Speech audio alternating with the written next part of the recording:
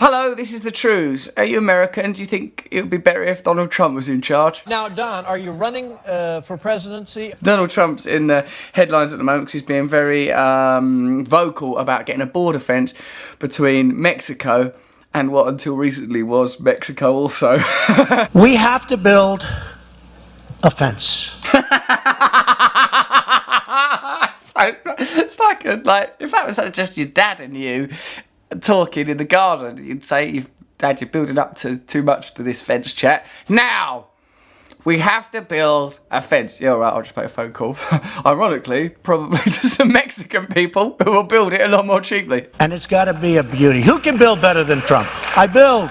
This border fence, people talk about it a lot. You hear all the time on Fox News, we need this fence. Sealing the US border would cost an additional $28 billion a year. That's building the fence and then controlling the fence and painting the fence and adoring the fence. Also in history, is there any really positive things that have come out of fences and walls? Like, you know, the Berlin Wall. Yeah, let's get that up. That one that runs between Palestine and Israel. The one in Northern Ireland. I mean, it's never a good thing, isn't it, those fences? Where it's like, can we somehow solidly represent that we're all different and that if we're near each other, we should kill each other? Yeah, fences and walls. More of them. That's what I do. I build nice fences. Trump really fancies himself, but he's absolute financial bloody liability of a man. He's always claiming, look, I'm Trump. Who's better at building than me? Do you know why Trump's got money? Someone gave him it. It was his dad, also called Trump. Left him a load of money. He claims to be worth more than 2.7 billion. But actually, he owes 600 million more than he has. So we've got more money. If you don't owe $600 million to someone,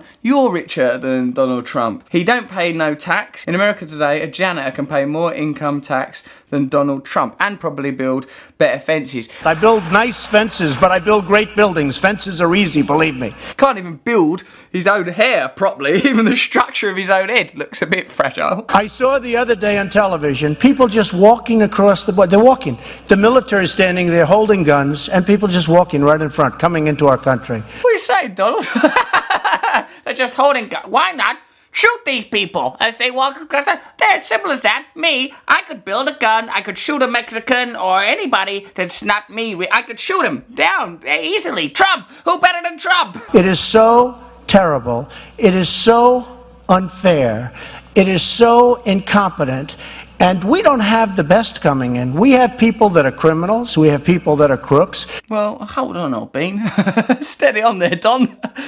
We don't know that. I mean, people that are just walking about, I have to say that's a bit of go-getting determination. Not everyone gets left $1 billion business by their daddy. You can certainly have terrorists. You can certainly have Islamic terrorists. Now, hold on. What now? Sorry.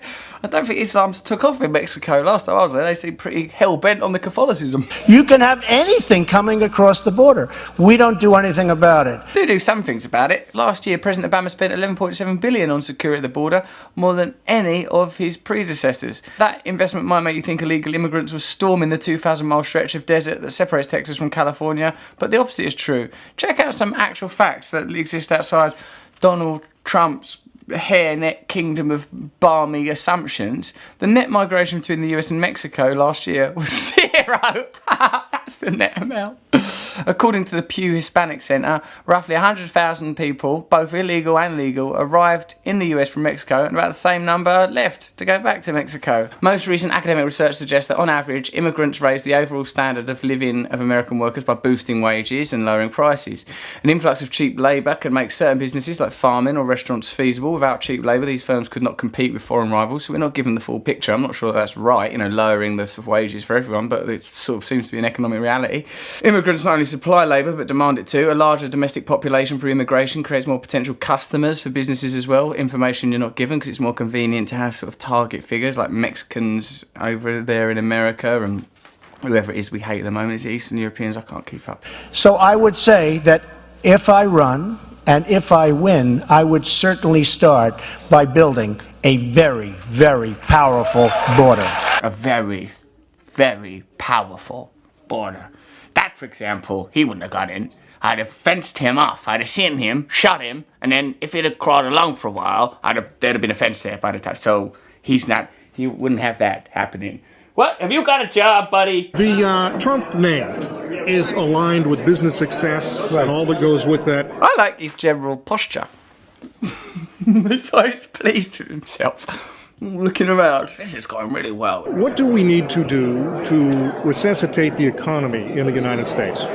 Well, we have to make the country great again, Tim, and if we don't do it, and we don't do it fast, we're going to be in a spiral that's going to be the devil's spiral. We're going to be in this devil's spiral. I mean, I don't even want to think. I mean, probably some spirals are good. I can imagine a fence. Like a spiral fence, yeah, that'd be great, like barbed wire spiral, but not a devil's spiral. That would be bad, Tim. And one of the reasons I'm here, I'm giving very, very serious thought to running for president. Every so often he threatens to become president, doesn't he? Why not have me as president? I'm better looking than the other guys, and suddenly I love a young dame, don't I? And if I do, I would be able to turn things around. As you know, we're no longer the great economic power. China's taken the mantle as of about a year ago, which is shocking when you think about it. Why? Got more people, they're determined, resolute. No, but come on, I mean. But we're not negotiating with China properly. We're not negotiating with Mexico, which not only the border, which is a horror show, but they're taking our businesses on top of everything else. They may be taking your businesses, Donald, which I doubt, because I don't ever see Sanchez Towers. But the fact is that land, as the Mexican people in LA are fond of saying, we didn't cross the border crossed us. We have nobody that understands the art of the deal or negotiation. And I do. And I would make our country rich again, and then I would make our country great again. How? It's like a 5-year-old. If I was president, then I would take all the lollipops, and there won't be none for you, lollipops. If you say you're considering running, what are the things that will motivate you to say, yes, I'm going to do it? It'll be ego. Basically ego and a lack of foresight, narcissism, all these will contribute to a potentially terrible decision to become president. I mean, unless the presidential election becomes explicitly about can we get the biggest idiot in the world to have one of the best jobs, then really this should be avoided. Well, I have a great company, and now my children are old enough where they can run things while I'm not there. The little Trumps can take over now. Right, you know what you're doing? Yeah? Yeah? Okay. I'm gonna go and be president. Don't fuck up now. Don't worry, I'll leave this to you anyway, like my parents did to me. Basically, there's no risk involved. One of the keys in the primary process are social conservatives. Right. You've been married more than once. You've worked in the gambling industry. There are reasons people will find fault. Yeah. Can you capture that social conservative vote? Oh, I think so. I think I'm pro-life, as you know. That's an advantage, is it, Donald? Yeah, I'm not happy ruining the lives of people most immediately near me. I'm willing to intervene in matters in which I know very little, like, for example, abortion and the woman's right to choose what to do with her body. I'm prepared to wade into that complex argument. I'm very much for traditional marriage, although the courts have taken that issue upon themselves. What does that mean? Don't be gay? I think that can only mean that, can't it? Look at something, he says a lot of funny things. You know, it doesn't really matter what the media write as long as you've got a young and beautiful piece of ass. And you take a look at this guy. This is Donald Trump's views on Libya. A complex matter, not in Donald's mind. I would go in and take the oil. I would take the oil and stop this baby stuff. Haphazard and half-hearted attempts at diplomacy and negotiation. What is this baby stuff? Go in there and take the oil. Final question. If you opt out, if you decide not to run, what's next for Donald Trump? Well, then I go back to building buildings. I'm going to go back to buildings. Did I say that too many times? No, Tim won't notice. Buildings. I'll be back in building buildings. Building.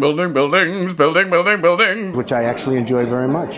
Thanks very much. Appreciate the time. Thank you very much. The tragedy, though, is that if Donald Trump were to run for president, he's sort of the kind of person that already does do stuff like that, albeit a bit funnier. And even Barack Obama, who already revealed to spend more money on border patrol than previous administrations, is funded in the same way that the Republican Party is funded, by economic elites that have their interests represented politically. And as long as there's money in politics in the way that it is, you've got no chance of democracy in America. We've got no chance of democracy in Britain. Can't imagine what the solution to that is at the moment, other than getting money out of politics and keeping Donald Trump as far away from it as possible. That's some true news. True news! Subscribe here.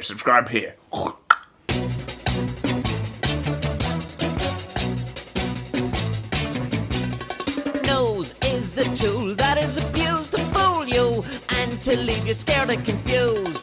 Trews is like the nose. If the nose was true, I want some Trews. Let's have some Trews.